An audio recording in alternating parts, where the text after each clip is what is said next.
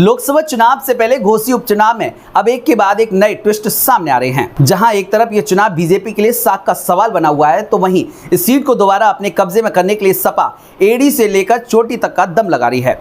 घोसी उपचुनाव कई मायनों में खास होता हुआ नजर आ रहा है। सपा का दामन छोड़कर बीजेपी का हाथ पकड़ने वाले राजभर और दारा सिंह का इस सीट पर टेस्ट होगा। वहीं दारा सिंह के समर्थन में अब बीजेपी के बड़े बड़े नेता भी मैदान में उतरे हुए दिखाई दे रहे हैं। घोसी पहुंचे केशव प्रसाद मौर्य ने जहां एक तरफ दारा सिंह के समर्थन में वोट की अपील की, तो वहीं दूसरी तरफ सपा पर भी जमकर निशाना साधा है।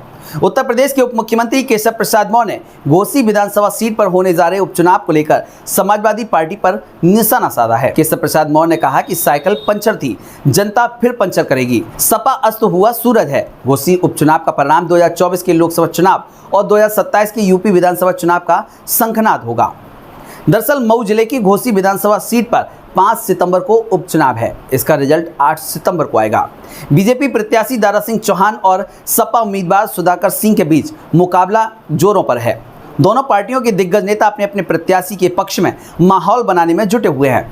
इसी बीच दारा सिंह चौहान के पक्ष में आयोजित जनसभा को संबोधित करने के लिए केशव प्रसाद मौर्य आजमगढ़ एयरपोर्ट पहुंचे। इस दौरान मीडिया से बात करते हुए डिप्टी सीएम केशव प्रसाद मौर्य ने कहा कि घोसी उपचुनाव 2024 के लोकसभा चुनाव का शंखनाद है। 2024 ही नहीं, 2027 के यूपी विधानसभा चुनाव का भी वह शंखनाद है।